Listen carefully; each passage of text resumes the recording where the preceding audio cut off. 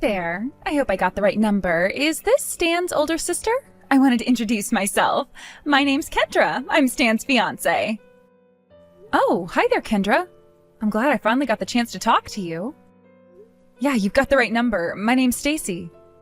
If I recall correctly, you just dropped by my parents' house with your parents to introduce them, didn't you? I'm really sorry I missed that. I wanted to come and meet you and your family, but my company dropped a last-minute trip out of the state on me that I couldn't get out of. Oh yeah, your parents told me all about that. It was really great news. I get it. You're one of those people who like sarcastic jokes, huh? Sorry, that one went over my head. I wasn't joking. Is that a continuation of the joke, or... No, I'm not joking. I'm really glad you weren't there. It's for the best that we don't meet. So you don't need to feel bad about anything. Okay, this is probably the weirdest first conversation I have ever had with a person in my life. Would you mind explaining why you don't want to meet me? Oh, of course. I'm glad you asked. So I have some super deep-seated trauma with men, right? When I was in high school, I went on my first date ever with a boy, and the very next day, he was sitting with my best friend at lunch. Oh, wow. I'm sorry to hear that. It must have been traumatic for you. So he was never serious about you after all?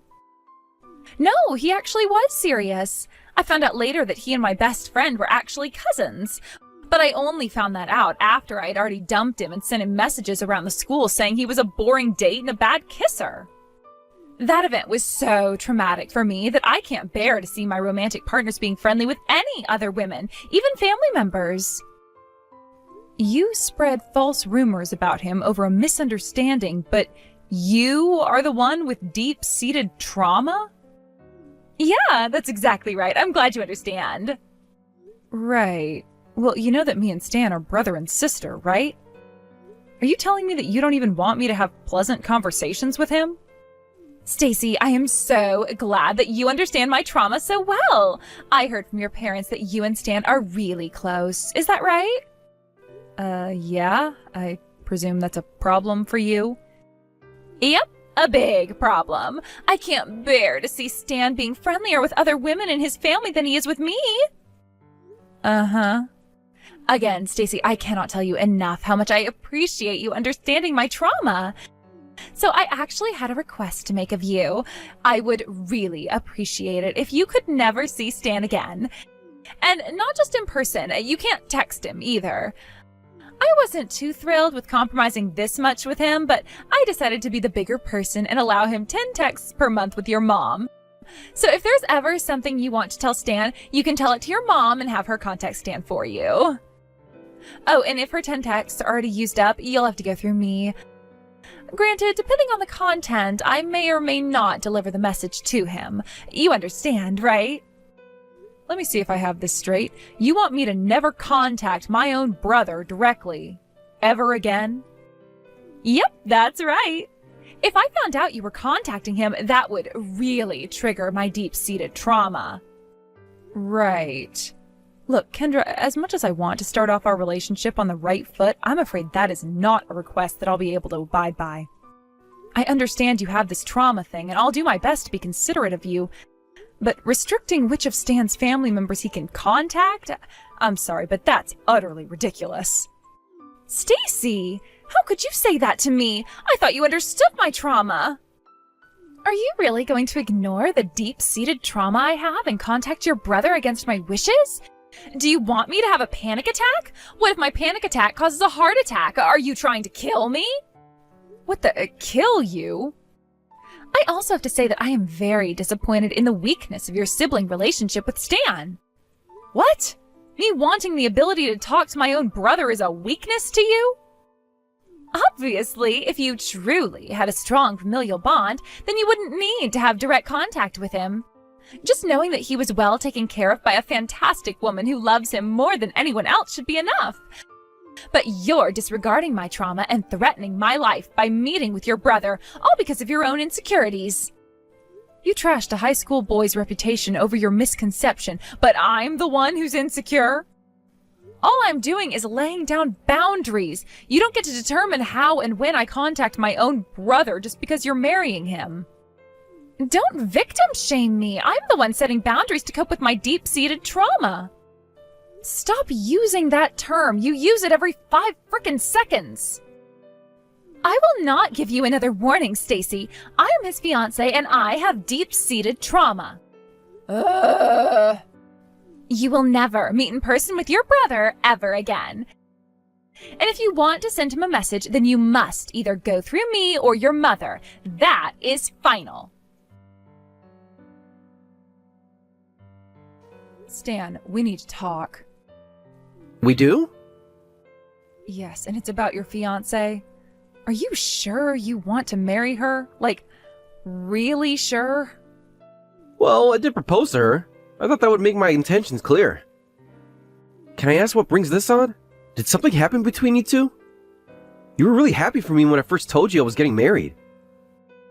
Yeah, I was, but that was before I actually interacted with her. Kendra just texted me a few minutes ago. Oh, she did? Yeah, and what she said was shocking, to say the least. Well, what did she say? She told me to never speak to you again. She told me this insane story about her deep-seated trauma, but it didn't make any sense.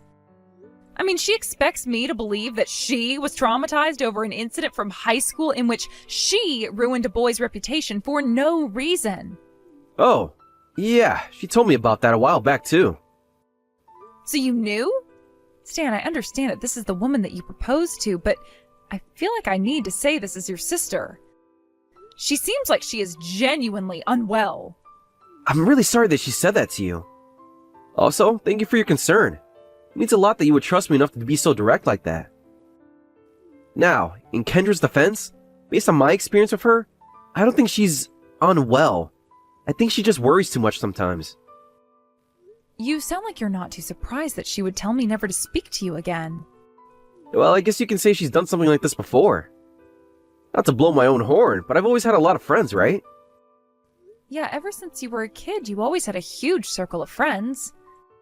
You've been bringing them around the house for years now, but I still don't even remember most of their names. Even after you went to college, any free time you weren't studying, you were spending with friends. Right, that's something that doesn't really sit too well with Kendra.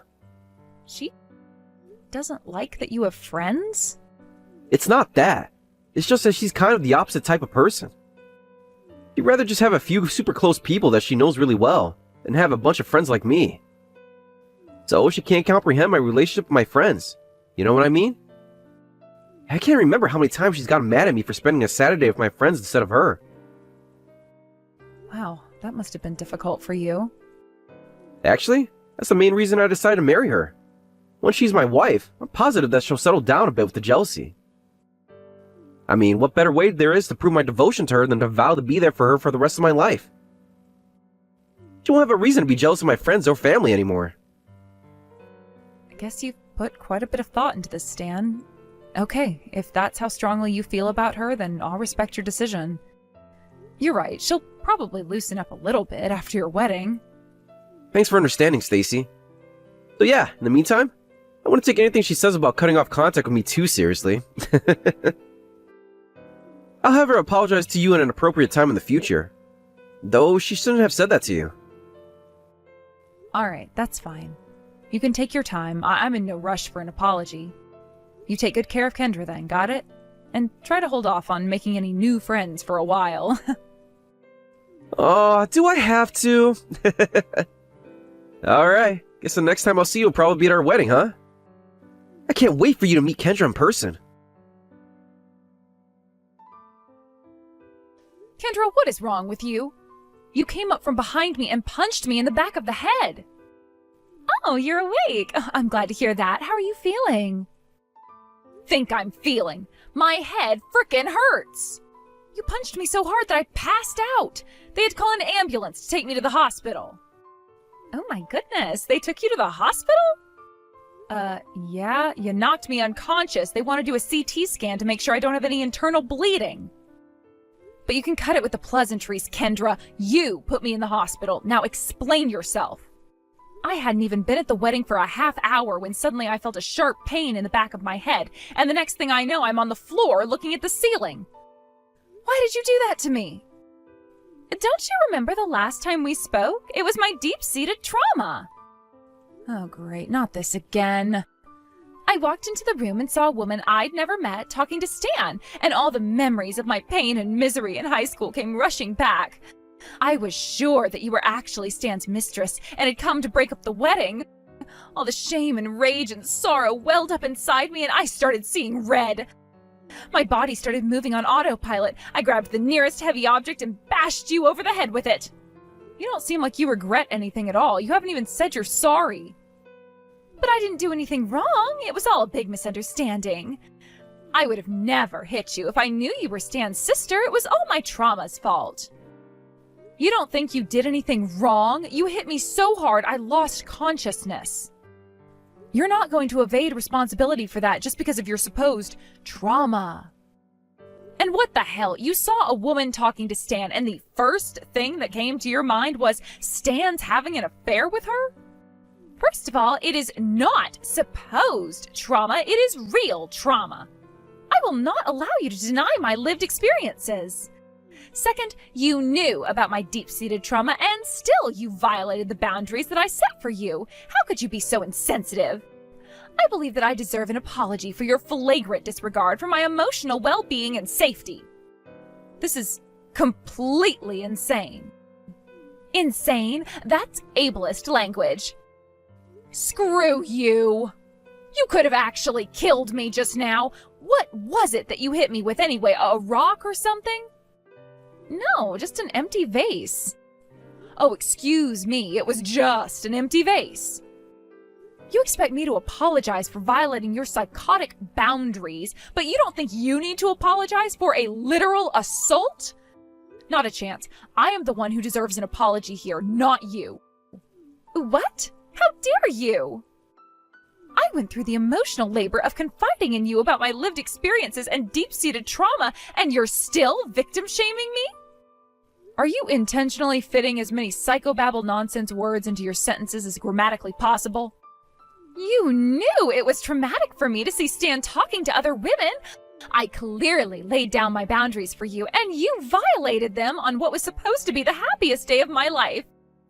Therefore, it is only right that you apologize to me and promise that you will never violate my boundaries again. I swear, it's like your only source of vocabulary is the chapter on trauma of a psychology textbook written by a teacher's aide. How can you possibly be playing the victim right now? Because I am the victim. Wow. You know, Kendra, when you first texted me, I thought you were a complete psycho. But now, I don't think I went far enough. You are far worse than just a run-of-the-mill psycho. You need to be locked up in an institution. That is more than enough ableist language out of you, Stacy. There is no room in my life or Stan's life for such a bigoted person as you are. I am marrying your brother today, and you will never see him again. I wouldn't be so sure of that if I were you. Huh? Kendra, do you honestly believe that you haven't done anything wrong? I've taken the liberty of reading the conversation that you and Stacy just had. And to be quite honest, that really is how you feel, then I'm not sure I can do this anymore. I'm sorry, Kendra, but this wedding is canceled. What? Wait a minute. Stacy? Or... oh no. Stan, is that you? Looks like you finally caught on. Didn't you notice that he disappeared from the wedding chapel the moment that Stacy got taken away in the ambulance? That's because I went to the hospital with her. The wedding is canceled and our relationship is over. I'm breaking up with you. So no, you will not be marrying me today, or any other day. Stan, no, you can't do this to me. You said you were gonna marry me. You said you didn't want me to have to worry about losing you anymore. You said that I was the most important person in the world to you. So how could you cancel our wedding and break up with me? Was that all just a lie? No, Kendra, I meant every single word I ever said to you. I proposed to you because I loved you. I accepted your past, your jealousy, your controlling nature, all of that.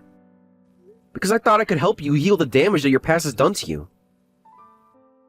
I thought if I could show you that you didn't need to worry about losing me, that you could overcome your trauma and start looking towards the future rather than the past. I believed that right up until this very morning. Not only have my dedicated displays of love to you not helped heal your trauma, it almost feels like you've gotten worse. Kendra, you assaulted my sister.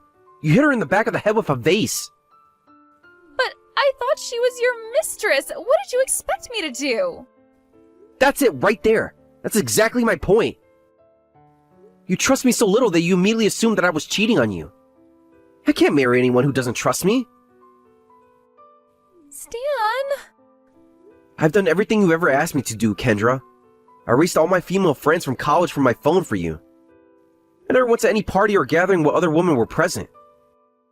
I loved you and wanted to spend my life with you, so I was willing to make sacrifices for you. And after all of that, you go and assault my sister? But Stan, it was all a simple misunderstanding. I didn't mean to hit your sister. So you admit that you generally thought I was cheating on you? Yeah, but just for a second. Even 1 second is too long, don't you get that? You have no idea how much it hurts to know that the woman I pledged my love to doesn't even trust me. That's not true. It's not that I don't trust you. It's just that, oh, you're such an amazing guy. You're handsome, funny, hardworking. I always felt that you were out of my league. I was terrified of losing you. And so you bashed my sister over the head with a vase? I don't know how I can make this any clearer to you, Kendra. You've gone too far. Your trauma has completely taken over you. So much so that you were willing to assault a person you didn't know within a few seconds of seeing them for the first time. I had no idea you're such a violent person. I'm not a violent person. That's not fair. This is the first time I've ever done anything like this. Don't talk about me like I'm always going around and hitting random people wherever I go. First time? Huh, that's a lie. You're not just controlling and violent, you're a liar too. What are you talking about? I'm not lying. When I got to the hospital with Stacy, I just so happened to see a friend of mine who I invited to the wedding. He told me he was walking downtown this morning when all of a sudden, someone came up from behind him and pushed him down the stairs. That was you, wasn't it? Oh, don't be ridiculous. Why would I do a thing like that? He also told me that he had been receiving a ton of texts from you lately. Multiple times a day, telling him to stay away from me. But right after he got taken to the hospital, the text stopped. He was so terrified that he hadn't even spoken to the police about it yet. He thought for sure you would either go after him again or take it out on me. I can explain. Don't bother. I don't want to hear it. Just like with Stacy, you're lucky that he wasn't seriously hurt, and that it doesn't appear that there'll be any lasting impacts to his health. Are you going to stand there and say you did all that for me? Even if that's true, I don't want any part of your psychosis. I mean it, Kendra, we're through. Stan, please, can't we talk about this? The only thing we're going to talk about from here on out is how you're going to be held responsible for what you did to Stacy and my friend. What do you mean? What are you going to do to me? I'm going to make you pay. Simple as that. You've only ever been on my good side up until now, so you may not realize this. But while I pride myself in being generous and forgiving to my family and friends, I show absolutely no mercy to anyone else who crosses me. Stan, do not do this. I'll apologize for everything, okay? I'll go to Stacy and your friend's hospital rooms and I'll tell them I'm sorry. So please, don't break up with me. I'm sorry I let my trauma get the best of me. If you could just work with me a little longer, I'm sure I'll overcome it in no time. Again with the trauma nonsense. Are you ever going to give that up? Anyway, I've already compromised more than I should here for your sake. I'm not doing it anymore. You can sort out your trauma issues on your own now. Stacy, what am I gonna do? Stan says he's gonna break up with me. He hasn't been back to our apartment since yesterday, and he just sent his lawyer over with a demand that I move out within 24 hours. I don't want to break up with him. I don't want to move out. Please, Stacy, you have to help me. In case you've forgotten, I am currently in a hospital bed recovering from the injuries that I sustained when you assaulted me. I had to get 3 stitches in the back of my head, which may not seem like a lot, but they are really, really uncomfortable. That's in addition to the splitting headache I still have. So if you want help moving out, you're gonna have to ask someone else. That's not what I meant. I want you to talk to Stan and tell him not to break up with me. I love Stan. I need him. Well, he doesn't love or need you, so I don't know what you want me to do about it. You put 2 people in the hospital on the day of your wedding. Do you really think Stan would stay with you after that? And that's not even considering the fact that you've been cheating on him. What? He told you about that? He sure did. After you assaulted us yesterday, he went to find all the evidence he could of your harassment campaigns towards me and his friends. He found all the evidence he needed of that, but also a few other pieces of evidence. It seems like every time I think my opinion of you couldn't possibly get any lower, you go and prove me wrong. Stop victim-shaming me! It's not my fault I had to cheat on him. Oh, for the love of God, Kendra, don't tell me this is because of your trauma, too. He never respected any of my boundaries. I told him not to see his friends anymore, and he told me that he was fine with that, but then what did I find out? He was still seeing them in secret at least once a month. He crushed my heart and ripped open the wounds left by that boy in high school. I lost control. I felt so violated and abused, I had no choice but to cause him some of the same trauma that he caused me. So every time he went out with me and his friends, I went out with another man. He did this to me. It's all his fault. That boy didn't cause you any trauma, Kendra. What you're actually feeling is shame. Stop victim-shaming me! He was the victim, you idiot, not you! All he did was talk to his cousin, and you ruined his reputation because of it. Then, when you realized the truth, you were overcome with shame over the viciously evil thing you did to him. That's why you invented your trauma narrative. To shut out your feelings of shame over realizing that you're just an impulsive, jealous, vindictive, and stupid woman. No, you're wrong. It was his fault for not telling me that my best friend was his cousin. Just like it's Stan's fault for not telling me you were his sister. It was Stan's friend's fault for not respecting the boundaries I set for him. That's another thing. You don't just get to use the word boundaries to make other people do whatever you want. Look, I understand that maybe I went a teensy bit overboard, but it's all because I love Stan so much. I don't want to lose him. So please, I am begging you, give me another chance. We can call your family and Stan's friends together and have a discussion on what new boundaries we can set for you guys. Boundaries that we all agree on. You still don't feel like you've done anything wrong, do you? I realize that some people who are less understanding of the trauma I've been through may view my actions as inappropriate. Yes. Yeah, that settles it. You don't think you've done anything wrong. You go through all these mental gymnastics to interpret what happens in a way that removes any responsibility from yourself. Well, I'd say it's high time someone forced you to take some responsibility. And it looks like that responsibility falls to me. You may not think that you've done anything wrong, but I'd bet a year's worth of my salary that a judge and jury will have a different view of things. What are you saying? Are you gonna sue me? Did Stan ever tell you what it was I do for a living? No. I'm a lawyer. Oh, no. Oh, yes. Do you have any idea how much money I'm losing every day I'm stuck here in this godforsaken hospital? You're going to compensate me for my lost wages, and much, much more. I've also decided to take up Stan's friend's case against you as well, pro bono. Please don't do that, Stacy. I'm already on the hook for a ton of money from the canceled wedding. If you sue me on top of that, I'll be ruined. Yeah? And how is that my problem? You don't seem to be aware of what sort of position you're in right now. You have successfully driven away the only person in this entire world who would have had pity on you, so don't expect any from me. We'll talk more once I'm out of the hospital. I suggest you start figuring out how to come up with a lot of money very soon. The first thing I did after getting out of the hospital was putting together a police report for both myself and Stan's friend. She was granted a speedy trial and found guilty on all counts. My next order of business was suing her for the costs of the wedding, hospital bills, and lost wages, which added up to around $50,000 in total. She went to her parents and begged them for help, so they agreed to loan her what she needed. Paying that back, however, is not going to be easy for a woman with a criminal record like her. I hope she takes this opportunity to learn that her trauma card isn't going to get her very far in this world.